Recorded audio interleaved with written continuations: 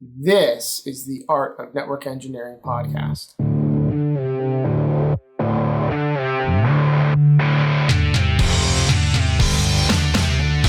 this podcast, we'll explore tools, technologies, and talented people. We aim to bring you information that will expand your skill sets and toolbox and share the stories of fellow network engineers. Welcome back, friends. It's so good to see you again for another episode of The Joy of Networking. I don't know about you, but it's that time of year and I'm certainly feeling a little spooky right about now. Let's just run with that feeling and see where it takes us today, okay? Let's start out with a nice wooded area for a backdrop. Gotta set that scene, you hear? Maybe let's do a little log cabin off to the side here. I know a lot of network engineers that would love to go off the grid in this cabin. Speaking of which, let's draw in a little howdy packet right in front. Now that's the happiest little beard I ever did see. Now I did say I was feeling spooky, so let's work on a little graveyard over here. What should we put on those gravestones? Here lies token ring. Whew. I got the tinglies just thinking about that. Maybe next to him, we'll put a stone for the old T1 circuit. He's not quite dead yet, but maybe he just wanted to get his affairs in order. That sounds responsible. I wonder if Dan still wants to hang out here now. I'm not going to judge. We'll change his ear-to-ear grin to a half-concerned smile there. I think we need one more piece here. Oh, I know. It'll be winter before you know it. Let's give our old friend the spanning tree bear a nice little cave home to hibernate. There. I think that looks just wonderfully terrifying. Thanks for stopping by, friends, and stick around for the art of network engineering. Thank you, Tim Ross. I am Master Chief No Blinky Blinky. Happy Halloween from your friends at the Art of Network Engineering. He is Simba. Simba, how you doing this week? Kuna Matata. Happy Halloween. You're probably going to listen to this in February. This is our Halloween Valentine's special. Nothing to get you in the mood than a little spookiness. Right. Oh, God. Andy, how you doing? He is at Andy Laptef at permitIPAndyAndy.com. Also, Simba or Mufasa. No, Simba. That looks like Simba. That's Simba, yeah. Yeah. I feel like how you doing, Andy? I think I look like a Hasid. Good, man. Thank you. Things are good. I'm tired from some crazy maintenance windows, but there's an end in sight. We're having my son's birthday party this weekend at the house. I'm pretty psyched for that. Good things are ahead. Yeah. Nice. Thanks, man. Love it. Tim Ross. Tim, I'm Back so again. sad. You're back home. You were here, and now you're gone. We had so much fun. We did. I really need to thank you guys. I got to spend some time up in the Vermont mountains, and I really did. Like people always say they come back from stuff like that, and they feel so refreshed, and life is good, Zandy, if you will. But, I didn't believe it, and then I got home, and it's like, wow. I actually feel kind of better now. I got some of that mountain air and the streams, and this may have to go offline, but there were some weird dudes jumping in a creek. I don't know what was going on there, but That's awesome. we don't have to get into that right now. But other than that, yeah, it was. Now that was spooky. There's a story. There's a story there. But no, I had a great time. I feel great. It is good to be home, but I do miss my new Vermont family, and your AJ's son, Timothy. Also, Tim drew me a picture, and it's actually hanging up on the wall here. So it's Awesome. That's all awesome. as well. That's awesome. Tim here had a petrified look on his face most of the time because whenever me or my wife would yell at my son Tim, he thought that we were yelling at him. Yeah. Wrong, Tim. Yeah, I was in the doghouse, or thought I was most of the time there. Dan, how are you? Dan at Howdy Packet. Howdy. I'm doing good. I've been doing some work on this house. I replaced a toilet tonight. An empty toilet? Yeah, I got a little bit of dust on me, but That happens. I'm good. Was the shitter full? Is that why you can't? No. It was. It was just a really old one, so we swapped it out with a nice white one. Ooh, nice. Wait, Nice. Wait. What color was the other one? Was it a water closet? It was an oat. It was a good old oatmeal color, straight from the 80s. Dude, that was classy back then, man. It was. Not no more though. Nice.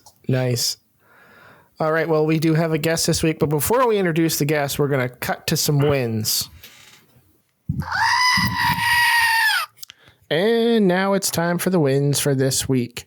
Winning in our Discord channel is Chris Morrison. They passed the CCNP Encore exam. Congratulations, Chris. That's a big one. Hoobastank Pilgrim.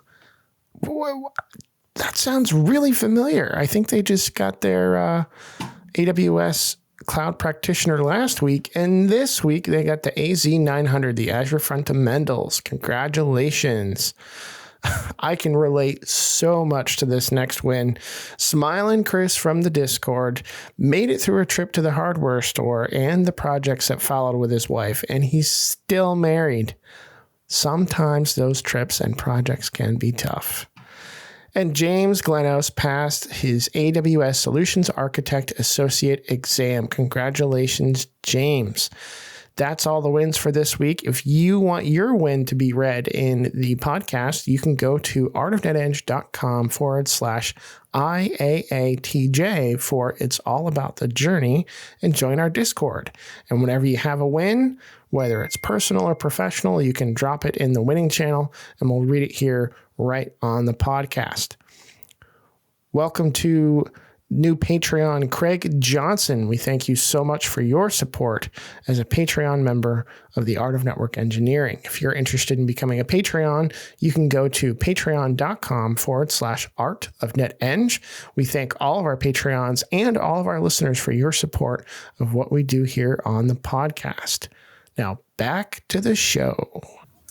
Those are the wins for this week. We have a very exciting guest. I am super happy to finally get him on the show. You've seen him on the Twitter sphere. You probably follow his blog, and if you don't, you should. He's a Cisco champion. I'm given to understand we're going to hear him on Cisco Champions Radio real soon. It is Girard. Girard, thanks for joining us, man. Girard. What's going on, everyone? Listen, first of all, thank you all for having me. Being here has been something that's like, I gotta do this, right? But I also think it's kind of like a full circle thing because I remember when I was talking to AJ about a year ago or so, and we were just back and forth for hours. He's like, dude, I'm starting this podcast, and I followed it, right? Like all the content like we make individually, collectively, and I followed it like since I haven't missed one episode. So it's awesome to be here to watch it grow. To see where from the beginning, like meet the team and, just all these things. So it's awesome to finally be here. Yeah. I appreciate it, guys. No, awesome, man. I think you're better at this than I am. I've definitely missed a few of the shows. It's become part of my morning ritual, right? Like, get the kids to the bus stop, go to work, start it, then I get into work and I finish it, so. Awesome. Well, thanks for being here. So why don't you introduce yourself? Who are you? What do you do? So my name, everyone, for those who know me, those who don't, I'm Girard Kavelines. You could find me on the interwebs at Kavelines. I'm the founder of Tech House 570, which is my blog and brand who, I specialize in helping people from all over, and I'm part of this amazing community, the Art of Network Engineering. It's all about the Journey Discord. You'll find me in there. I started it as initially just kind of as an outlet to relax, right? Like just something. I love writing, I love technology, and I married those two passions. And then almost 2 years later, and it's become something so much bigger. I've helped so many people. I'm still helping a bunch of people, just whether you're looking to get into the industry, you're a seasoned vet, you're not sure where to go, definitely pivot. So I'm always available to help. I'm currently an IT specialist for a huge healthcare organization, but tomorrow will be my last day in that role. And on the 1st, I will be transitioning over to Helion Systems, which is a managed service provider based out in Philly. I'm going to be a managed services system analyst. but my role will be varying, right? So I'll be doing maintenance windows, patching servers, networks, doing the build outs, working with some awesome gear. So new role, new challenges, and I'm ready to go. Oh, congratulations, man. That sounds like a great opportunity. Thanks. It is. And like I said, there's just so much growth, so much forward path. So it aligned perfectly with what I'm doing right now in life. Awesome. It was a no-brainer. Philly meetup. Now, before we get too much further into your story, I got to ask, where do you get your energy from? Because you have more of it than my kids. It's funny, right? So my son, Benjamin, he's my youngest. So we have a 6-year-old, a 7-year-old, 5 kids. For pretty much everybody knows I'm big in my family. My family's the most important, right? Like without my wife, without them, I couldn't even do this. So like huge shout out to my wife because I love her. And without her, I couldn't even be sitting up here with you guys. So my son, Benjamin, he's 2. I have a 1-year-old and a 3-month-old. And I think he has way more energy than me, but I think it's just they keep me going, right? Like I keep myself busy. I learned when I early, especially on like my teenagers, like just be busy. I like doing something. I don't like sitting still. I got to keep moving, right? My mind's got to keep going, because that's when, the boredom kicks in. That's when you're like, holy shit, what am I doing? Like I'm always moving. I'm always active. When I sleep, I don't sleep. Like the brain's always going, which that can be a good and bad thing, but never stops, man. Yeah, never stops. Yeah, every time I turn around, I see Girard. No, it's true. It's like that Rockwell song. Somebody's watching me. I'm just. What's the significance of the 570, Tech House 570? So Tech House 570 is the area code, right? Because I'm based out of northeastern PA. Okay. Scranton's where my home is. So, home of the office. Everybody knows Scranton, the office. It's kind of like synonymous at this point. And 570, I just felt when I was, creating the brand and I had the name, I was like, I think that'd be cool. That has a nice ring to it. 570, like, you're representing the area. Yeah, and I don't remember what I saw that inspired me, but yeah, that's how the name came to be. Nice. So what happens if you move? I was just going to say that. You gonna change that brand? No, we're just gonna do a subdivision of the brand, and it'll just be something else. No numbers in it. No, Dan. There's the Number Portability Act. He can take it with him wherever he goes. It's fine. I gotta look into that. Hey, I was just curious, Awesome. Well, Girard, I am aware that you have kind of like a storied past, man. You've done a lot throughout your career, and so I want to dig right into that. So let's hop in the old time machine and go back to what got you into tech. So it's funny, right? And I've written about this. It was kind of part of the very first blog piece that I've ever written. So Tech House 570, check it out. Shameless plug. No shame. Technology, I always loved tinkering, right? I always loved things, but the one that did it for me, the story was I got grounded, right? Because I yell at my kids now because they'll do something, and then I think back like, man, I did that same stuff, right? And then I remember I got grounded. My ass did something stupid. I was like, you know what? It's like I said something. My mom goes, go clean the basement. I was like, all right. So there's 3 computers down there, and it was a Dell Inspiron. Actually, there's 2 Inspirons, and I think Compact Rosario. I'm trying to remember the third one, but she goes down there. I go, Mom, do any of these work? She goes, nope. I was like, well, what's wrong with them? She said, I don't know. Figure it out. And that was really, like, believe it or not, that's what kind of kickstarted my love of technology. Like, I was in my basement just with a screwdriver, just messing around, right? Tearing everything apart. And then eventually I did fix one. And when I fixed one, right, like the rest is history, because like I loved how it worked, like the troubleshooting, the thought process, like how does this work? How do you figure out like what do these components do? And then when I was old enough, I started really kind of looking more, like as much as you could, because back then, there wasn't a whole lot of online resources. But when I could, I registered for the Career Technology Center in my area.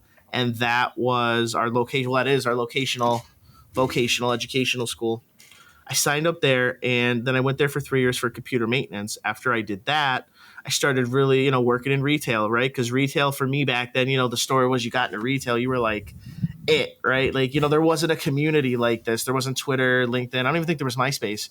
It was just, who and I knew somebody, and I got in, and I just kind of kept going and climbing that ladder. And I really wanted to master like computer repair, PC repair, because the way I've always viewed it, which I'm sure times have changed drastically, the way I always viewed it was like PC repair is kind of like your building foundation, right? Like you built upon there, and then you could go into networking or you could do programming. And this was before automation, for SD-WAN, before all that. So I said, okay. So then my last time, I used to bounce between like Geek Squad, Circuit City. I thought I was like, cool shit. Like, oh, they're going to pay me 50 cents more? Yeah.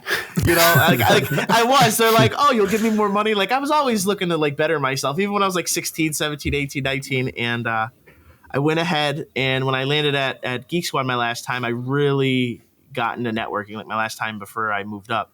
And that's when I fell in love with networking, because I had to redo the cable drops and there was a switch rack to the side. So I started configuring that, and that's how my love of networking came in. And then I just kept going up from there, right? Like I got hired at a bank. I worked for Bank of America for 7 years as a network technician, network admin, doing cable runs. They had old, what did they have? The old PBX system. It was an old Nortel system. So like everything was cross connect based. So I used to have to like trace out the cross connect, find the cross connect to which rack panel port it was, and then go back to the switch, see what rack panel port, like the old school way. And Gerard, quick question. Yeah. You got a job at Bank of America as a network technician. Mm-hmm. Did you have any certifications, any formal education? Well, I had my high school diploma, and then I had my career technology center degrees, but I didn't have any certifications whatsoever. Right. That's amazing. Was that career certification? Was it like a certificate, a diploma? It's a certificate, right, from the Career Technology Center. Yeah, it was a VOTEC certificate. It said you completed this program. I got it like a week or so before I graduated high school. But your passion for technology and what you were learning and your knowledge, I guess, just kept getting you the next better job, right? Yeah, and it's one of those things like so the job that I'm moving into, I'm very blessed and fortunate, humbled. It landed in my lap, right? Like I wasn't looking, those other ones. I felt like I put a little more in just because I had to prove it. And I've always felt like no matter what you do or accomplish, just keep going, right? Like I have to prove that because I need to know. Like I didn't have any certifications. I just had, hey, I worked here in retail. I'm looking for that next step in my career, and I feel like it was. You know, he gave me that because he saw I was hungry. But the cool part was, and I'll never forget this, our district manager, regional managers, all that stuff, they were based all over. Like one was in Delaware, one was in Philly, one was somewhere else. And we took us out to Ruby Tuesday. He's like, "You're the youngest network technician I've ever hired." I thought that was so cool. Yeah. I was 21 at the time. 21, and I'm working with guys that are older than me, that are like not just entitled, but like way senior than me. Like these guys have been doing infrastructure for like 15 years, 20 years. They've got like, I'm literally coming in as green as you can be. And how did you find that job? Because you kind of worked your way through Best Buy and the local places in retail. Like how did you? Believe it or not, Craigslist. Okay. Like of all the places, because there wasn't LinkedIn. Yeah. You know what I mean? like, so I was just like, I was just looking for jobs, like Google and search, and I found it on Craigslist. And I'll never forget it, because I'm like, oh shit, this is a scam. Like, I don't know if I should quit here. I don't know, but I did. I applied, and I'll never forget the recruiter. It's crazy talking to you guys. You know, the Spark. His name was EC, and he was out in Dallas, Texas, and he was just like, "Hey, Girard, what's going on, man?" I was like, "What's going on?" And you know, I did what I had to do. Gave me the formal offer, and I got in. Wow. So I want to back up a little bit, because I don't want to gloss over the fact that you worked in Geek Squad, because we've had a number of guests on the show that have started their tech careers in Geek Squad retail. And so I kind of want to pick that apart a little bit, because I think that, you know, a lot of people in our audience are looking for a way to break in, and that's a very viable option. So how do you go from, you know, not having a job or working like, you know, whatever you do when you're 15, 16, 17 and get into Geek Squad and start getting that tech experience? So I think the cool part is, well, I know on my life, I know today, to get your first IT job, and we've seen it in like Twitter posts, LinkedIn posts, it's changed so drastically. So what I mean by that is now we have outlets and these communities, like the Discord server, right? Like there's just like, hey, you know, everybody just comes together.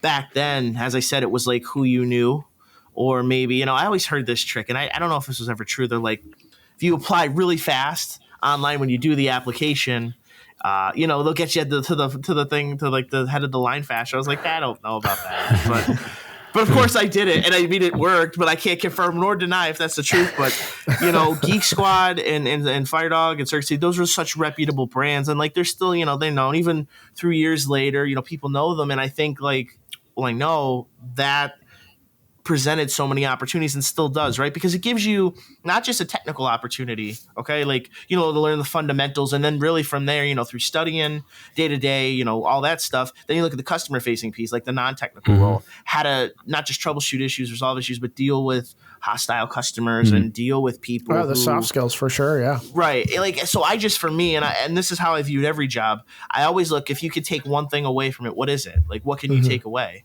And that's, for Geek Squad, I took away, I added to my resume, my arsenal of skills. Same with retail. Network technician gave me my first infrastructure job. This was my first time touching, I remember it was Cisco, it was Catalyst 6500 series switches. Like, all of these experiences have just kind of layered upon one another. And that's what, has led me to here. And then my other loves. So it's definitely not just technical, but non-technical too. Like, what are your takeaways going to be? Do you think that you're a curious guy?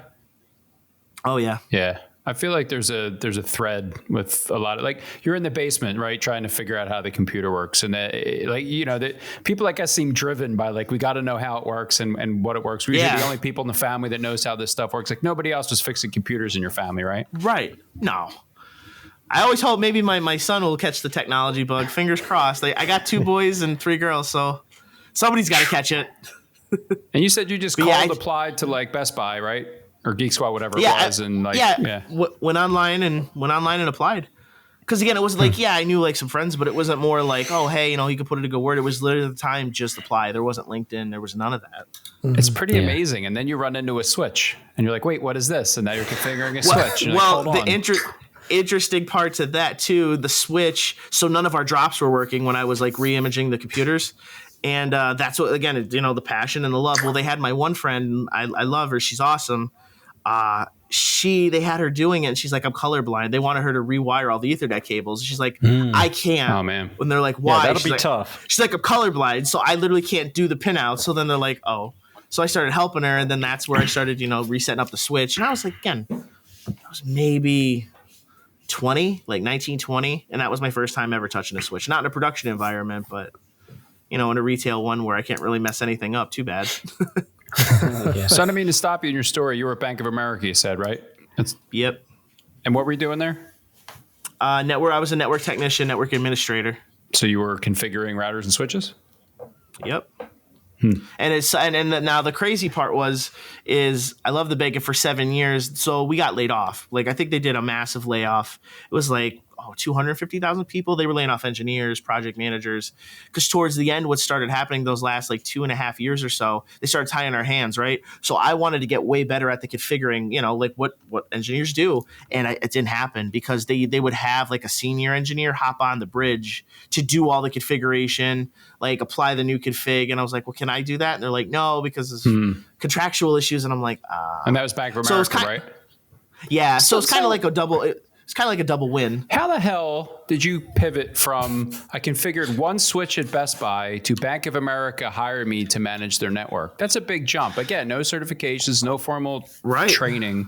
How did you get them to like? You configured a switch and that's all they needed? I mean, I'm being facetious, but no, yeah. I mean, I wish I could go back and tell you. Yeah. I think it was just more so because of this too, and I'm sure we'll touch base upon it. A majority of my career, like, I'd probably say 8/10 of my career, I've been a generalist. I've held centralized roles, but I've been a generalist. So what I mean by generalist is, I could rack and stack the gear. I could, we could set up the access points, go Meraki, configure them. But I'm also doing, hey, could you reimage the machine? Yeah. Hey, I have a printer problem, fires and tickets and helping the tier one. So I've always been that. So I felt like, again, it was just that was early on in my career, right? So they saw, wow, this guy's well-rounded. And I use a term, I mean, I'm not going to say I coined it, but I use it, I'm a mop, right? So wherever you need me, I'm going to go. So I felt like that's where, and I was like first year in, I was really learning like, okay, we're going to turn up the ports. It was just basic data jack activations, phone moves. We put in an entirely new VoIP system. My first time touching VoIP was Avaya. And after that, I remember I started helping like the guys like reimage and build machines just because they would get slammed. So it was like a double-edged sword, right? I get the learning experience, the sponge all that knowledge up, but then I'm also going to help the other guys, where I spend a majority of my time in the arenas and like, the support aspect. Do you remember the interview from Bank of America? The reason I'm stuck on Bank of America is that was your first network job. And a lot of people want to know, how do I get that first network job? No certifications, no formal training. And you had, I guess, it sounds like those retail establishments give you great general, like you said, you're technical, you're touching this, touching that, soft skills, but that's kind you're of in front of the customer. But that seems like a jump to go from that to like a dedicated network management function. Do you think that do you remember the interview? Was it technical? So I want to say 2 interviews, and like the second interview, they did ask me some technical questions. I don't remember what. I apologize. It was so long ago, but I think, and it goes down to it's how you present yourself, right? And I've listened to every single episode. I've listened. There's been so many great guests you've had, and you're going to have.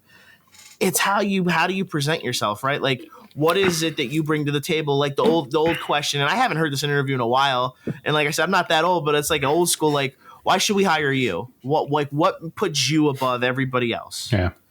And it's at that moment, like, it's the opportunity. And I just said this recently, and I'll say it again. If you get one opportunity in life, be it personally, professionally, whatever, you got to seize that. Like, you got to take the ball, run with it. That's just always been my mentality, because if you don't, someone else will, and that's, that you're going to miss out on those opportunities, and just take it, give everything you have. And if you do that, I mean, I feel like a recruiter, it's genuity too, right? Like, they're going to see, okay, well, I think this guy's, he knows. And you've mentioned this in past episodes, like, don't lie, right? Like, don't bullshit. If you don't know something, just say that. But if you're genuine and the authenticness, they see that, and they're going to be like, okay, that's the guy I want. Because at the end of the day, we could teach skills, technical skills. Like, we could teach him how to, even if I didn't know, my head from, what, like, they'll teach you, okay, you could configure a switch, you could do this, but you know what? Can't teach him soft skills. I can't teach him how to be personable. Yeah. We could teach all that other stuff. Being a genuine human being, that's you either have it or you don't. And I think that's kind of what helped me. That's who I've always been in life. So I think that gave me an edge. I think there's some I want to there. jump on that too, because that's something, the initiative, right? Being willing, you mentioned a little bit ago, even if it wasn't something that was right up your alley, if somebody needed help, you were going to jump in, and showing that initiative, people see that. And I want to compare it to Eugene's episode a while back, Rise to Grind, because he did very similar things. He was on the service center, on the help desk, but he would constantly kind of go out of his way to see what other people were doing. And they eventually saw, hey, this guy doesn't have the experience yet, but he's all over the place wanting to learn. So when an opening does come up, they're going to look at you right away. Yeah. So I think that initiative speaks volumes. And like I said, in any organization, IT or otherwise, but when you're that well-rounded and the more people you talk to, hey, can I shadow you on some engineering projects, right? If you're in a position where you have the opportunity, take them, because some places you may not get to just because of, lack of work, or, just the engineers are really like, they're just hammered. I mean, you guys know, between the change windows and you get hammered, then personal life and everything, it just kind of comes at one. And it just, when it comes fast. So if you get them, just take it. Like, hey, I've got 10, 15 minutes. Yeah, come on. Sit, I'll show you. That's just how I've always believed. And I think it's funny too, because, and I mean, we talked about this before, this like a long time ago, and I don't really see it as much now. I don't see it at all. There's always that old school mentality, like, I'm not going to share what I know, right? Because this guy's going to come take my job. And today, and again, I'm not that old, I'm only 33, but today I'm like, I didn't know about the IT community. 2 years ago, I didn't know about blogging. Like, I had the LLC for Tech House 570. I never knew what I wanted that to be. I was like, I'll hold that until I know what's right. I found this community. It was 2 people. I found YouTube videos. I found Sd-Wan, and the guy to my right, AJ, his blog. That's that right there, because I didn't know what I wanted out of this. And like, I took that, and I'm serious. He's become one of my closest friends, Tim as well. All you guys, but I didn't know what I wanted. And once you take that, I'm like, okay, this is how I can give back to the community that I didn't even know existed. But now that I do, I'm like, well, what do I do? Like, how do I, and the piece that did it, and I do want to call this back, was the one AJ did when he was traveling with your son. He had I think it was, what was it? The Salesforce, the little stuffed animal. Oh, Astro. Yeah. Astro. Yeah. And I read that piece. I read that like 3 times. I read all this stuff, but I read that piece 3 times, and I go, okay, this guy's IT professional. He's got a family. Because how do you balance it all? And like that, like that's where the spark. That's where all this came from. I married that to, and I'm like, yeah, I'm serious. I've been waiting. I wanted to, when I got on here, I was like, that's literally Sd-Wan's videos. Because like I was on YouTube, and I was like, oh, who's this guy? All right, cool. He's got some good content. I'm just, there's a community, and then it led me to blogs, and like the second one was AJ's, and then the rest. And I was like, this is okay. Now I know what Tech House is. Now I know what I could be doing. All right. Girard, I just want to reiterate a couple things that you said, because as you were talking, I'm thinking that just about every tech job I've had, I don't know if I was necessarily qualified for, but in the interviews, I presented well, I could communicate, I had good soft skills, I had customer service experience, like you said, with irate customers, and I showed hustle, determination, and then I would do anything, that mop mentality that you said. And right. I think that goes a really long way, because you need people, especially in the beginning, to give you a shot. You're not going to give the person who can't communicate maybe a shot if he's not, to me, this is I'm not a computer science major, that knows everything. So how do I get into the industry? And I think you just kind of basically told that story, which is exactly what I did. Like if people like you, they're going to give you a shot. And if you work hard, you know what I mean? Like you have all those intangible things that I remember in other shows. There's like 6 things, right, that everybody seems to have. I forget what the list is, that you can succeed in spite of your education, in spite of your lack of experience. You know? Yeah, absolutely. It's how bad do you want it, right? And it sounds like it's gonna sound corny, but like it's that Jordan mentality. Like how bad do you want it? If you want it bad enough, you can get it. It's just it takes that little. It's that little extra that like the tireless night. Same thing with going for a certification exam. My CCNA has been a thorn. I wouldn't even say a thorn in my side, right? Because I have my exam. I pushed it back until end of November because I know like I'm not ready yet. But it's been something like I've been on and off with, just because of like I had stuff way back before I met my wife, and even had one child, much less 5. It's just been an ongoing thing. But like that's my next your mind, right? Like the CCNA, and then from there I already got everything else mapped out, but that has been a thorn in my side for at least the last 6-7 years. And it's just right there with you, George. It's just it's just been a thorn in my side. And I'm like, you know what? I had goal. All right, champion. Okay, do this. Now I've achieved them and more, and I'm continuing to do other stuff, but CCNA's next. That's next on the list to go. So keep that drive. I think putting your intentions out there into the world, right? Like making it known what you want, right? Like when we go back to Rise to Grind story, like he's working there, he's showing interest, and he's telling them hey, I'm interested in networking. I want to get into a networking job. Let me shadow you, teach me a thing or two. And then, that way it's known that when a position opens up, they're like, oh, well, we got Eugene over here that's really interested in networking. Let's pull him into this. If people don't know what you're interested in or that you're willing to learn, they're not going to teach you. Now, if you parade around, shout at the top of your lungs, this is what I want to do, and people still don't take you in, well, shame on them. I think a lot of us in this industry are looking for people to share our knowledge with. And when we know what people want, we're more than willing to pull them into our circles and share our knowledge. But there's definitely some bad apples out there that, like you said, Girard, that hold that knowledge in, the little knowledge mongers. I don't want to share any. I haven't seen any as much these days, even back when I was coming up, it's become so different now because look at all the platforms we have. Hundreds of them. I want to point out to you what Jordan just said, because this is 100% true. He said, if you want to get on the network engineer's good side, this is for anybody wanting to break into the network engineering field, offer to update their documentation and diagrams for them. And that's a great way to learn. That is 100% accurate. That's a great way to learn. Preach. I love that. That's awesome. I would definitely be on that guy's side if they updated my documents. I have to tell you, everywhere I've worked, updating documentation was the job for the FNG. So, oh yeah.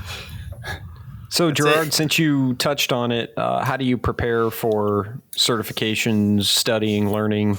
What's your approach? So for me, what it's always been is there's again tons of pieces out there written by so many people, me included. Y'all have written some great ones. What's first of all, so I'm always labbing through CBT nuggets. I love CBT nuggets. company pays for my subscription, but I've already paid for my new one. So it's like, because I love them. I'm in there every day. Because there's always something, not just through CCNA, but like other exams where I'm looking at some VMware stuff, and I'll sit there and I'll just ingrain it and burn it into my memory. Like I'll just hammer over, like BGP, OSPF. Like right now, my biggest thing to subnetting has always been an issue. And then when I review over those things, but then I also take what I'm learning that's applicable, whether it be a certain topic or section, then I'll go and lab that on my physical. I have physical gear at home. Now, everybody's different, right? Like some do virtual, some do physical, whole other discussion, whole other day. But for me, I love physical because there's just so many things you can't mimic in a virtual. And we've talked about Oh my that, God, right? you're making me happy. Sorry, keep going. I can't mimic a power outage. Hang on. I thought we were going to get the lion roar there for a minute. You get the Wendigo for that one. I'll get mine going. Love it. Yeah, that's just me. Everybody has their own preference, all their own. That's fine. I love my physical gear. I've been a bum the last 2 months, haven't labbed on it, but that's okay because next week I'll be right back at it. So I've just been like, I'm going to sit down and do this tonight, and then I sit down and fall asleep on my couch. So don't do that. If you're listening at home and you have a plan to lab, bad move. Yeah, I'm like, I'm gonna do this. I'm gonna do this, and then like my wife has to throw something at me to wake me up because I will. I'm like So, but yeah, so gonna start labbing again. That's imperative. But because again, there's just things like the power outages, bad ports, port security. It's just all these different things that you can get in a virtual environment that you're not going to have the opportunities for. So, if you ever can, even if it's one switch, start with that and then get some hands-on experience. But I like to bring those two together. Right? I'll focus on a topic and then I'll lab it over the weekend. Normally. Gotcha. Nice. So Bank of America, where to next?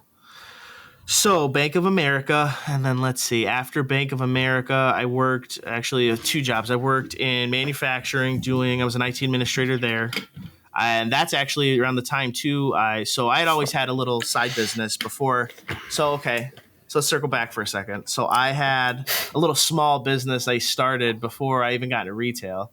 And when I was in retail, I still did this. But over the course of all these jobs, I actually grew it. And it was called Dynamic PC Repair. I remember I was so cool. I was like, I had the flyers. I put them on all the telephone poles.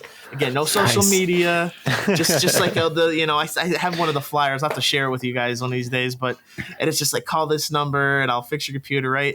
And over time, that became Dynamic IT Solutions LLC. Like that was my first like business, right? And I always wanted to own my own business just to say I could, and like I did it. And I got the LLC. I learned how to do that. And as my skills grew, the business grew, right? So when I learned networking, I learned how to do like home network setups. I got to a couple hundred people. At one point towards the end, I had 3 subcontractors working for me. Like I did a bunch of stuff. Wow. With that. Yeah, it was cool. Like I didn't have like 20 employees, but I still had like 3 people like subcontract work for me. And I thought it was cool.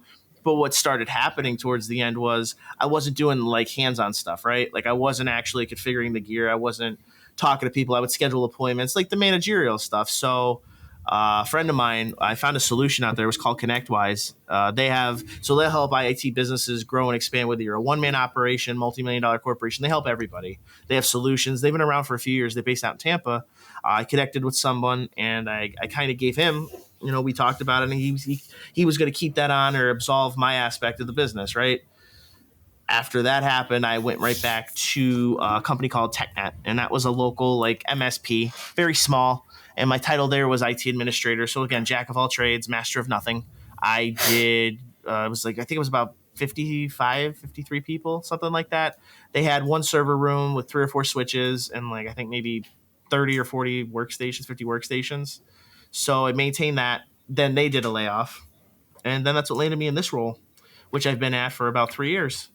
And now I'm going to my next role, which is more infrastructure based, because where I was at in my life, like I said, being a generalist has always been fine with me. But I guess what I wanted to do more was a lot more of the networking build outs, right? Like I'm a great IT professional, but I'm not a great engineer.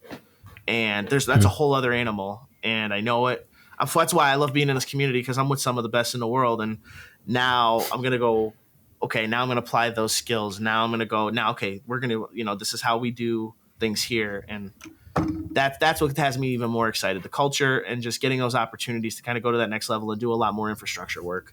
Hey A1 fans, AJ here to remind you about NordVPN.com. NordVPN will help secure you wherever you go. I use NordVPN on all of my personal devices.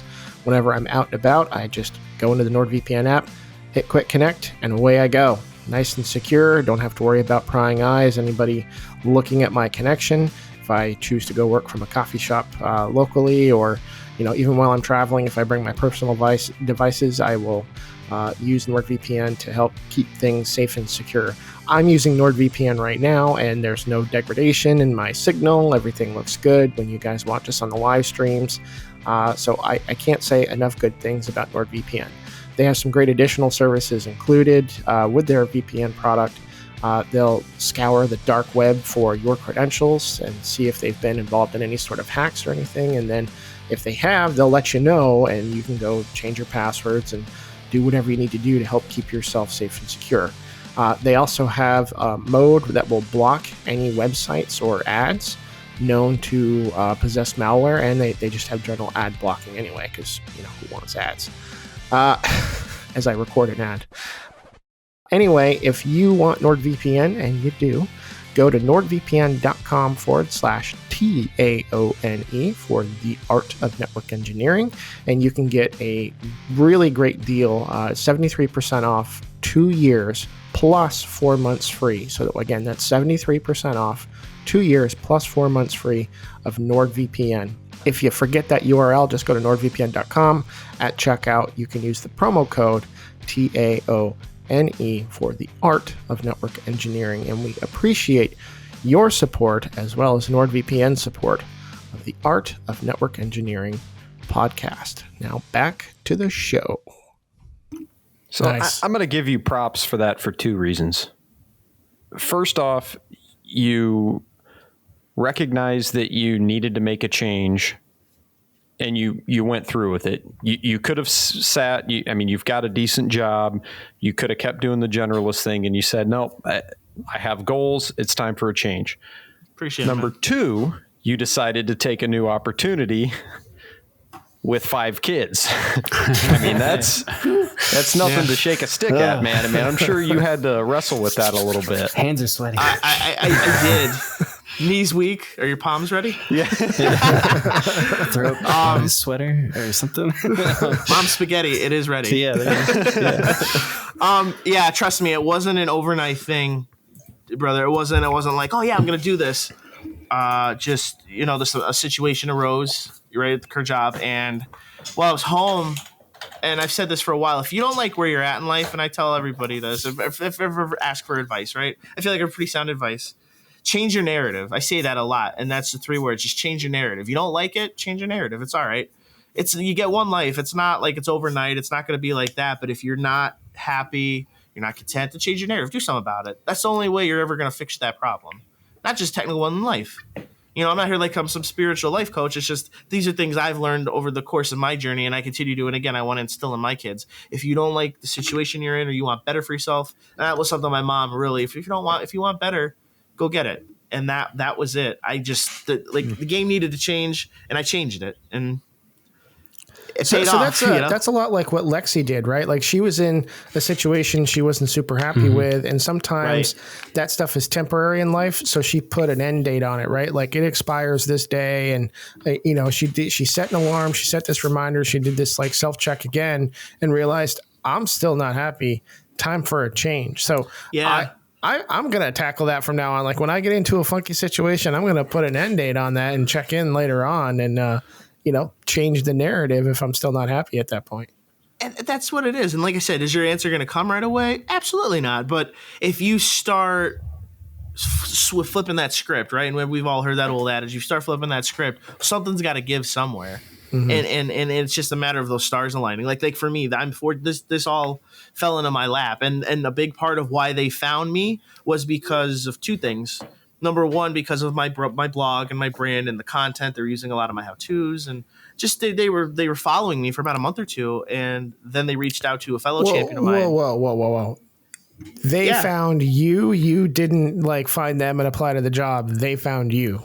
Well, so I talked to, all right, so a fellow friend of mine, Robinson, he's a fellow Cisco champion. I talked to him for a few weeks again because I was looking and I was like, listen, I'm very interested if you guys have any engineering positions. And he said, absolutely, brother. He's like, right now, working on some stuff. You can say if you want to send me your resume in the future. I said, great, okay. And that was it. That was weeks ago. I talked to the director from Hawaii because again I was home for a week, and he had called me and he goes, Girard, I took the initiative and applied, but he had said, well, that's funny you had applied because he goes, we've been kind of like looking at you for like about a month, 2 months, something like that. I said, really? And he goes, yeah, because we've followed your brand, your content is like amazing. I said, thank you. Like I didn't know you were even looking at me or following me. He's like, we talked to Robinson, we talked to like 3 other people in here you're connected with on LinkedIn, and they say you're just an amazing dude, and I wanted to sit down and you have 30 minutes of your time. I said, absolutely. I had a whole week. I had time. I had nothing but time. and a 30-minute conversation turned into over 2 hours. Like I said, I wrote I've never in my entire blog's 2-year life, I've never written about a company, and I wrote one last week. They are the culture, the people, the organization as a whole, they're just thriving and what they're doing, and it's amazing. And it just floored me. You know, when they say, like that's what happened. Yeah. I talked to Wade and I knew it was like this. Okay, this is really serious. This is incredible. Just genuity, right? All the key points that I told you guys earlier, like the genuineness, the care that he's like, I want to make sure what you're doing is best for you, your family. I want to make sure you and your family take it okay. Never had that. I was like that. That just spoke volumes outside of anything else. You could have offered me XXX amount of money. That wouldn't have mattered. That floored me. So I was like, yep. And then the rest just kind of fell in its place, man. That's amazing. Mo money. More money, more problems, right? But I think you kind of said it in there too. Like, more money is great, but at some point it's not about the money. It's about the culture. Yeah. Do you feel welcome there? Are you treated well? Does the company care about your well-being? And there's a whole lot more that goes into it, and that plays a big part of it. Now, I'm sure everybody has a sliding scale, right? Like, if you're paid more money, you're willing to put up with a certain amount of BS, but at some point, the BS might become more than the money they're paying you, and I don't know. Everyone has their own balance. Of course, and to all their own. I say that all the time, but to all their own. Like everybody has they could pay you a ton of money, and you may not care how they treat you, and that's fine. For me, I feel it is possible, done right. You can make awesome money, you can make astounding money, and you can have incredible culture. Mm-hmm. There's a way. You just got to look for it. Because for years, I would have jobs and be like, man, I'm making money hand over fist, and I'm treated like crap, or I make. And not so great money, but, the other end of the spectrum and everything in between. So I've kind of been all over that. So that's why I said for the first time in 15 years, I'm like, okay, great culture, good benefits, monetarily and otherwise, and then a path because they're a managed service provider. So, I know AJ, better than anybody. You've been in the MSP game for a while. They are adamant on the learning. And I love to learn. I'm a lifelong learner, as we all are. Therefore, okay, certifications, training, bettering yourself, bettering for you, your family, helping the organization and furthering us. So it's just a win all around. And I knew too, I think we talked a few weeks prior. I was like, my next move it's got to be an MSP because that's just where the fit is for me. And that's why I thought this was perfect. It was like a gift sent from God. You certainly put in the work. Do you have a good idea what your day-to-day is going to look like? So prior to snow, I was telling AJ, I think I'm not really going to have a general idea until I get in my day one onboarding. I got a general overview. I'm going to be doing patching, patching, a lot of after hours stuff, especially because they're a major law firm. Well, they support major law firms in the big parts of Philadelphia, New York, and other regions.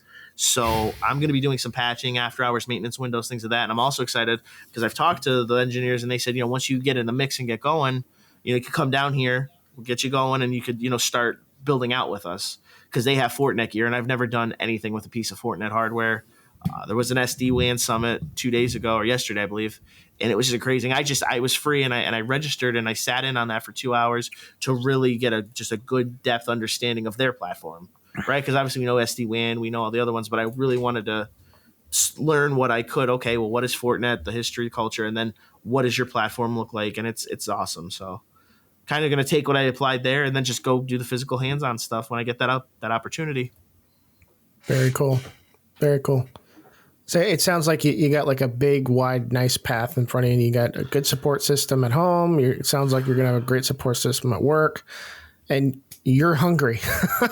Yeah, I'm always hungry. No pun intended, but yeah, if you want more, I always want more, and I won't take on a project like each piece I do when it's like finalized, completed, and I submit it or I send it out, like Blogwise or content I make. I won't do it unless I know it's going to be the best quality possible, because that's my name on it, right? Like I want people like, what's the takeaway? There's could be a bunch of things. What are the two things? Like number one, what's the takeaway people are going to get from it? Is it good content? Would I sit down and you know? And again, I always reference back to like that piece, AJ, because like there's got to be something or some things in there. Like what makes you want to go back, or what makes you want to like, man, I want to read another blog he wrote, or I want to watch another one of those episodes. Like, and that's one of the things like when making content or anything in life. If you just give them that experience and you give the best thing forward, they'll keep coming back. Yeah.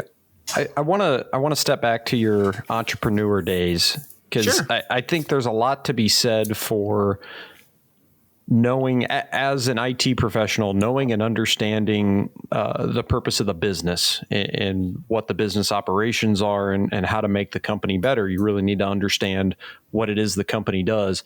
So what advice can you give for IT professionals being a business owner? What were some of those business people skills that you learned over the years that helped you be a better technical professional?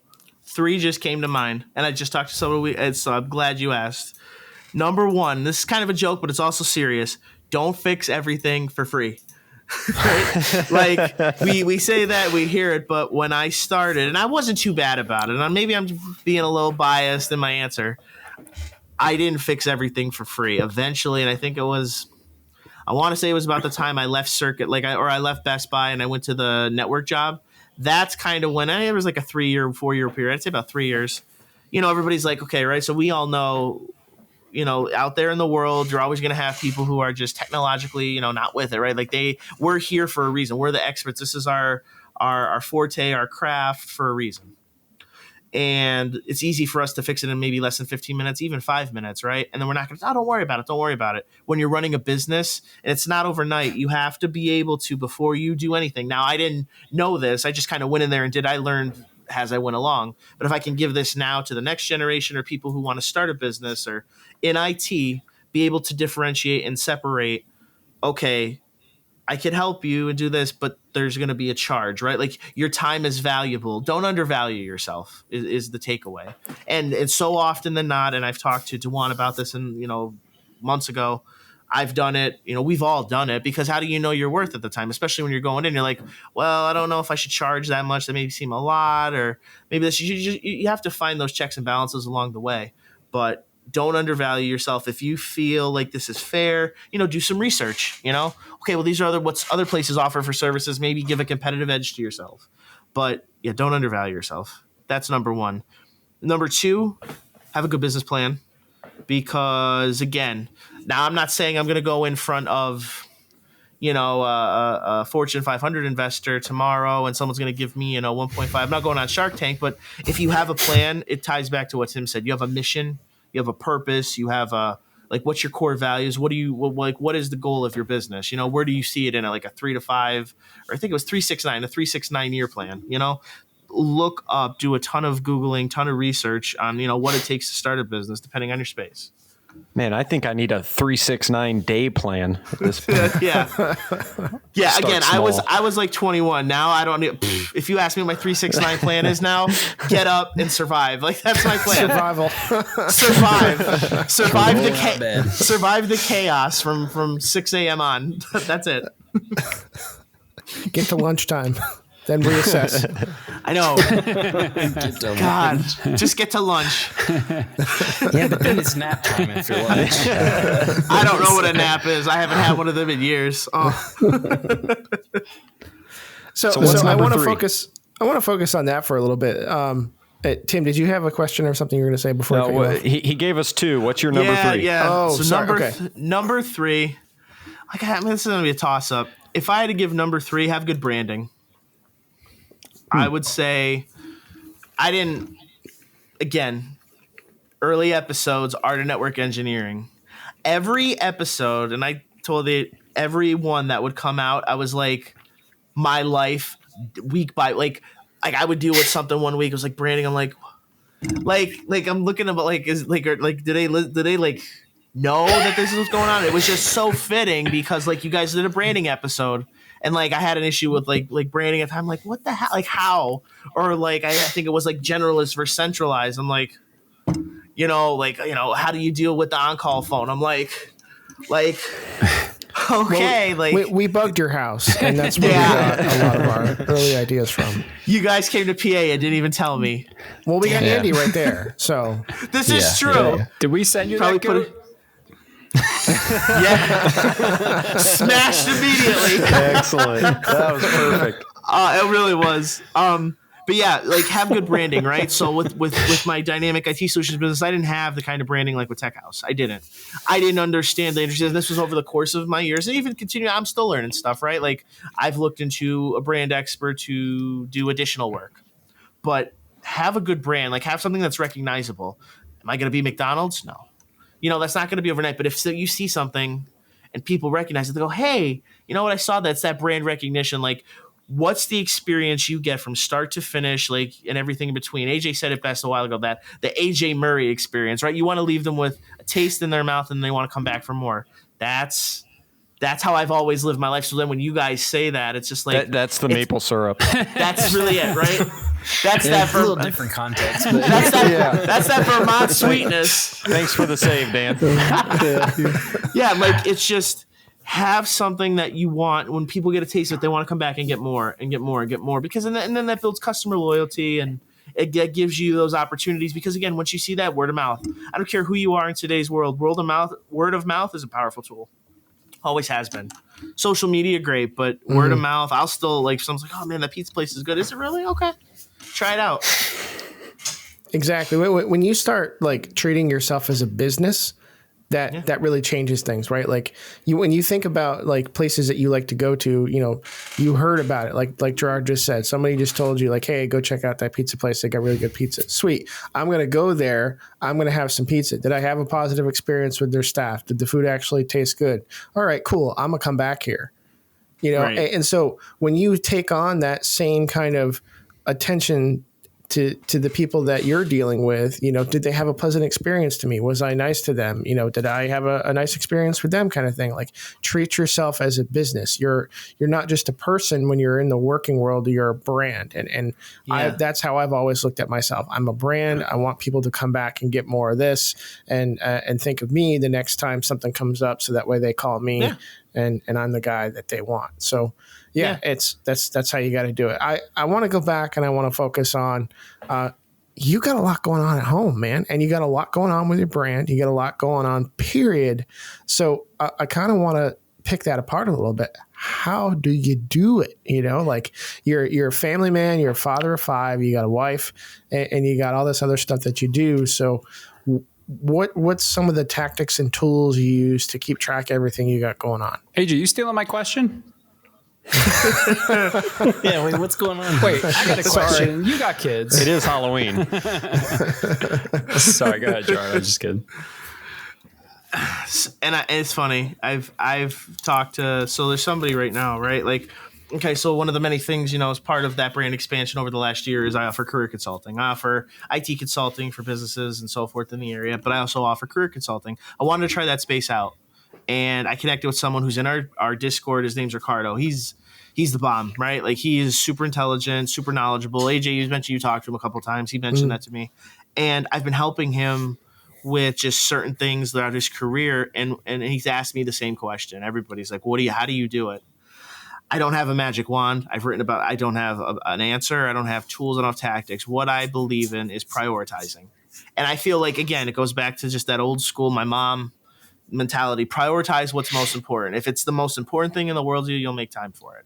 And I'm always serious with this question, as I am with all, but with this one particularly, because very easy, okay, you're growing your brand and you're doing these things and there's more and more, right? Well, there's 8 hours in the day. Well, there's 12, but there's 8 hours that we have, and then we shut that off and we spend time with the family. We decompress, and some people don't. I make it no matter what. When I come home, it's time with the kids. If I'm doing something here, I utilize those business hours. And sometimes if I have to write, it's after the kids go to bed, or after I've played cards with Benjamin, or after I've read Mary Claire's story. Once that's done, then you circle back, because they're only that small once. And when they come home, they don't understand. Even my older ones, right? Like I'll play Fortnite with them. Don't understand how to play that game, but I'll play it. And they come first. Same with my wife, right? Like having that one-on-one time, just date nights and going out. Now, obviously with COVID and everything, when that hit, that was, we were kind of adapting and people went from home and all that stuff. But now they're kind of transitioning out of that and back into some semblance of normalcy, having those set date nights, like just shutting off, interacting with one another face to face. Not about like, she asks, hey, this is what's going on. This is what's going on. But just balance it out. It's balance is the best way I've always put it. What that is for me is definitely not going to be for everybody else. And that's fine. Especially like AJ, he travels. I've never been in that situation. How would I balance it? I don't know. But again, he put something out there. It's like, well, this is how I did it. And like, there's ways, and it's challenging and it's real and it's raw, but this is how I got through it. This is how I do it. That's always what I've tried to do. As I've been so transparent with the community, with you guys, like that's what I do. I don't have any tools. I don't, you know what? I just, boom, I did this and this is done. And I wrote this and I filmed this podcast. No, it's prioritize, schedule. Like I'll do my schedule months, like a month before, like I'll do the weeks. All right, I'm doing this on this date. We have a calendar, a physical calendar in our house, because my wife's old school. If it ain't on the calendar, it ain't getting done. And that's so it. So wait, how do you sync those calendars? Like, well, here's the thing, right? Like, yeah, I'm just curious. I gotta sit down. So pretty much, here's what it is. I write on my calendar, she syncs on my phone, and everything else, and then I take hers, and she doesn't use her phone. She's on her phone all the time. Don't use the calendar. So I gotta then go back. I gotta go back, dip the pen, and I gotta start writing it in here. And I'm like, you gotta be kidding me right now. So it's always a good time. But she's a visual learner, whatever. But that's what I do. If it ain't on the calendar, it doesn't get done. But at least if it's on there, okay, basketball practice. So like in the next few weeks here, I'm gonna be coaching Alex and my oldest son is basketball. I gotta do that, and that's golly, dude. That's gonna be fun. But then, okay, well, what about the other stuff? Figure it out after. Yeah. Move the pieces. That comes first. That's how I've always done it. Prioritization, man. It makes a lot of sense. Like, so are you a guy who watches 3 hours of sports a day? No. So I do like football, but I just, even this year, I've been lucky if I sat down for one game. Right. It's just the way it is. Because the weekends, like, and then we all know they blink, right? Like Friday's there and they blink again. It's Sunday night. And I'm like, where the hell did the weekend go? I've sat down and watched maybe about 2 hours of football. Maybe this year, and that's okay. I'd rather watch horror movies with the kids. Well, that's what I'm getting at. It's not a priority. Your kids are the most important thing, followed by your career, and that's that resonates with me for sure. There's a lot of things I'd like to do, but there's only so much time in the day, and I have my priorities, and my family's going to get what's left over after work, and then some. Exactly. Yeah. But did you watch them Squid Games though? I did, because she's like, we should watch this, and this was dude. Again, it was like what? It was like 11 at night. She's like, you want to check this out? And I'm like, sure. And she puts it on, and I'm like, what am I watching? Yeah, I'm with you. Yeah, I have no idea. Couldn't tell you. But then like my kids start watching it, and I'm like, here we go. Uh-oh. Yeah, here we go. Why are you watching this? I don't know. It was just on. Yeah, I'm sure it was. Nah, I got you though. Your priorities is what you're putting your family first, and then you'll figure out the rest of it is basically what you're kind of getting at, right? Yeah, absolutely. And all, my career, all that, it's the top tier. Like that's all important, because the way I look at it is and I'm blessed, humble, but all my benefits, all my successes, everything, I want it for them. Like I do this for them, right? Like, because I love what I do and I love technology, the industry, the community, and the passion, but I want them to succeed. You know what I mean? Just to have those opportunities to, like, as I said, my mom said, you give it all, and then you want to create those opportunities for them. Like, again, we go to Disney, they're going to enjoy it. Well, I'll probably be sleeping somewhere. They're going to reap the rewards of the hard work, and that's all I ever want. You've mentioned your mom a few times. She sounds like she's really had a positive impact on your life and really given you some lessons that have taken you far. She definitely did, man. It was just me and her, you know. Yeah. I didn't have a dad, and it was just me and her. And she taught me a lot. She had to wear a lot of hats in one. I mean, most moms do, but she was, the provider, the mom, the nurturer, I'm gonna come down to school if there's a problem. She did it all. Yeah. I mean, she was a tough woman. She's the Irish, Lithuanian. She used to be a power lifter way back when, and she do it all. She didn't stop, and I think that is a big part too of why my go. Like, not to the point where you bring yourself out, because you got to step back and be like, I don't care who you are, you got to step back and be like, all right, let me breathe. Sit on this couch. All right, take a breather, 20 minutes, half hour, whatever, and then you're just okay. Let's go back now and do this next set of things. But that go, like, it's just, I always saw that. I just never watched her. She was like a machine, never stopped. Well, you definitely have a go attitude, so I have to. I think it. Transferred to you. I consider myself somewhat of an ambitious person, but yeah, I hear Girard, and not just hear, but see all the stuff he's doing. His career, he's got his families, the career consulting, all the blogging, being on different podcasts, that kind of thing. And he's just, this is great. Go. And that I'm stressed out with all of the stuff Girard's doing right now. I'm sorry, man. No, that is kind of an actual question. Do you really have a passion for all of this? You don't get a lot of high levels of stress from it. It's just, you just have that drive. I'm going to go back, and Tim, I'm glad you asked that question, because I'm going to circle this back to you. So remember a few months ago, I wrote something, right? I wrote a piece. And this is funny because you even reached out to me, and I thought I was like, thank you, man. Like, so my wife got her computer infected. She got a virus. I was like, did you click that thing that I told you not to click? Yeah. Cool. So again, I've said this on many a times. It doesn't matter whether you're an engineer, you're a solutions architect, doesn't matter who you are, CIO, those Sd-Wan tickets, you're going to deal with them for the rest of your life. So you're going to deal with my printer doesn't work. So there's that. But she had that issue. I came home, fixed it. And I was like, you know what? I got to use this tool. And it was malware, but I haven't used this tool since like retail. This was fun. And I fixed it, and I was like, I want to write about this. And then I wrote my Malwarebytes piece, posted it. And you had reached out to me, Tim, and you were like, dude, I was say, like, that's awesome how you could just, and I appreciate the compliments, because that's all, like, that's how it comes to me. It just flows like naturally. Like, I don't get stressed. I look forward to it, because that's my release, right? Like, some people bake, some people cook or shop or, do whatever to kind of solve their problems and decompress and step away from life. And that's just what I do. I write, I make content because I love it. And I have all these ideas, and there's some of them are crazy. You guys, I'm sure most of you think I am, but it's just because I know there's something and they can go somewhere. If you believe in it and you execute it right, you don't jump the gun, don't just throw something, you do it gradually, it reflects in the work. Find your passion. I love it. That's it, man. So I'm hearing some common themes here. So you got the confidence and the passion. You definitely believe in what you're doing. You got like the power, the energy.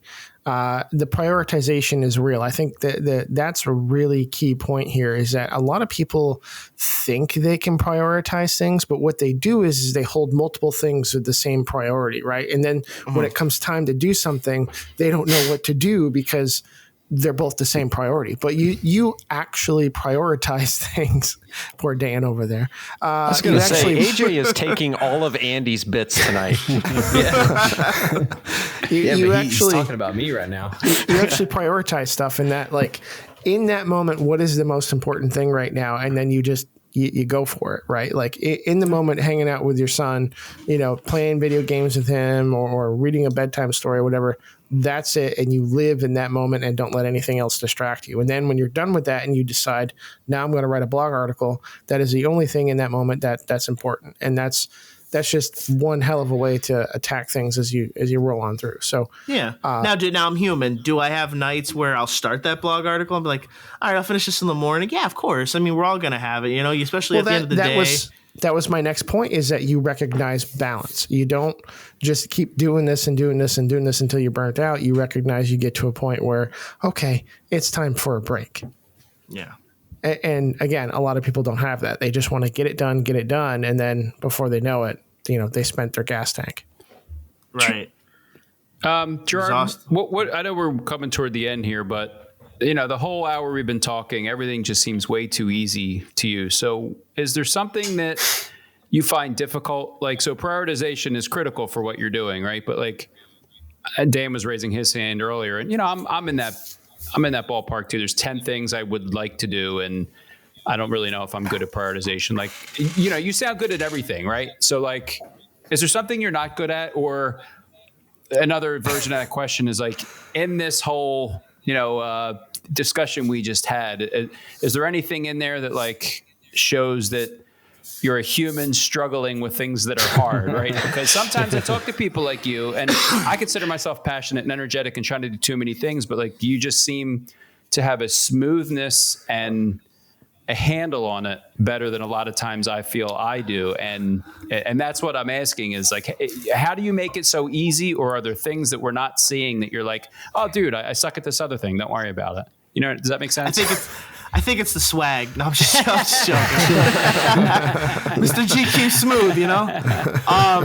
He's wondering if you bleed or not. Yeah, are you human? You seem to be a machine, and I feel like that, and sometimes keeping it all together. So what I mean by that, to kind of tie it up with a nice little bow, is keeping it all together, right? Like, okay, you have those days where, all right, I got to run the grocery store, got to run here, got to run the practice. And some days it falls apart. Like I had a day 3 days ago. Yeah. And I don't ever, and I don't want to give any misconceptions. Like, oh, I'm human. It's just, I guess that like what you see, right? Like that visual, like I always want my kids to see all of them. Like, man, my dad worked hard, and he, and it's not an act, it's not a gimmick. Like that's just who I genuinely am. And I love these things, and I go, but you fall, like, right. Like sometimes like I just can't always keep it all together. Like it falls apart on me, when it happens, and I'll sit there like, man, well, this sucked, like there's nothing I can do, because I'm a very positive person, and you guys see I'm happy, or I'm posting, but like some days, and I post about, like the mental health will kick in.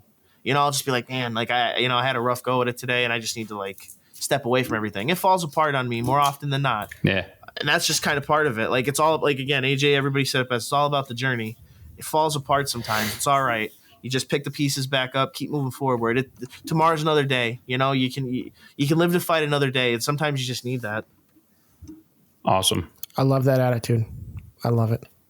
Yeah, I do want to thank you for coming on, Girard. You have been a real voice of the community for a long time. In fact, you were the first Faces of the Journey article that we wrote, and that was an easy decision to make because you have such that strong voice for the community. You're always bringing people up, and I know everybody appreciates that. So thank you for spending time with us tonight. Thank you for having me. I just feel like it came full circle, right? Like I got to do that, be a part of the community, be the first one on that, and that came full circle. So like, thank you to all of you guys. Seriously, it's an opportunity to be here. I didn't want to miss this. I appreciate it. I really do. So Girard, where can people find you if they want to learn more about you? So if they want to learn more about me, again, you could find me at TechHouse570. I'm on Twitter at Kavelines. I'm on LinkedIn. Take a Google search. I'm not hard to find. I'm definitely not. I'm all over the place.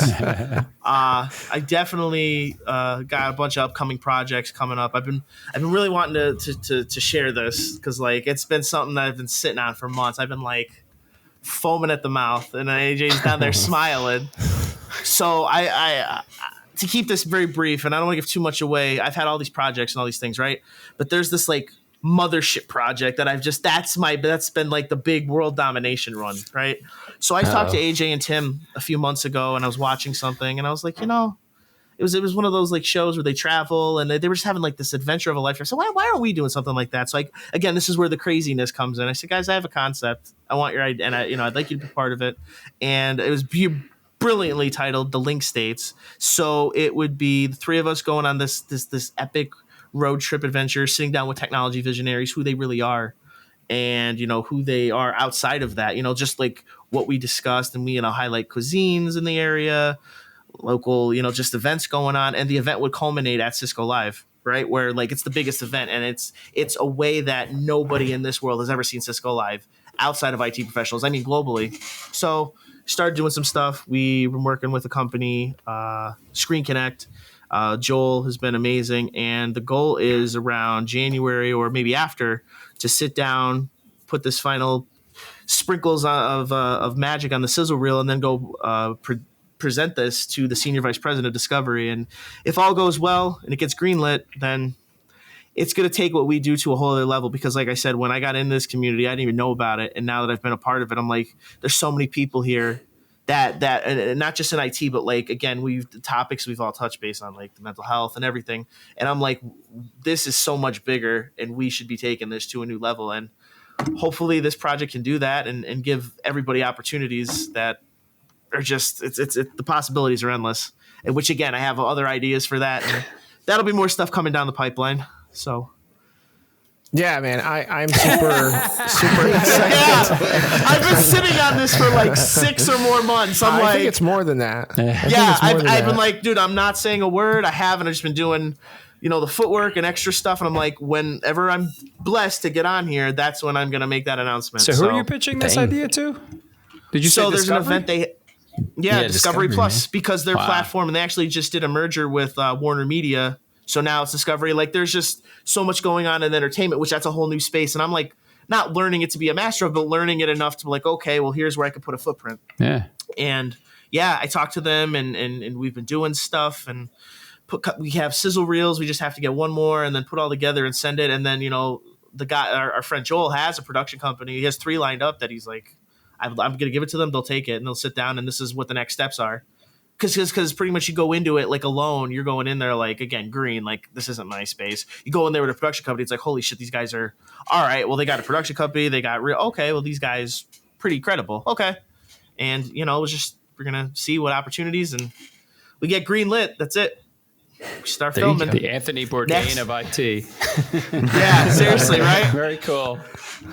If you need a cameraman, Gerard. Hey, I'm just saying. Like, no, seriously, like that. Like everybody, this is, and I said it. We have so many different, like, I don't say characters, but just big personalities in the community, right? Like the art of network engineering. Everybody on here. You got Lab Every Day. You got all these people, and I'm like, so many people don't know about this, and they should. Yeah. They should. Why don't they? Because once you see us, it's like, we're the experts in this, Who should be leading the charge? You don't see a lot about technology out there. You hear about it like, oh, technology plays a role, but what kind of role? Here's how. This is how we do it. So. That's pretty cool, dude. Yeah. Thank you. I can't wait. And are you going to call it nerdy jobs rather than dirty jobs? No, listen, Tim beautifully crafted the Lig state. I love it. It just fits. It fits. Tim been Ross on an over OSPF there. kick, if you can't tell. Well, wait, what's it called? The Linked States. The Linked States. Yeah. I got you. Yeah. Well, Gerard, this has been a ton of fun. We were going to drop all of that info into the show notes. So if you want to find the links to Gerard, you can look there. We will also link back to his Faces of the Journey article. So if you missed that, you can read it or read it again. And as we make progress on the Link States, you can bet we will report back here and let you know. Hopefully it's a show you're popping on in Discovery here in the near future. So you see our smiling faces. Fingers crossed. Anyway, thanks again, Girard. I am AJ Murray. This is The Art of Network Engineering, and we'll see you next week for another episode. See ya.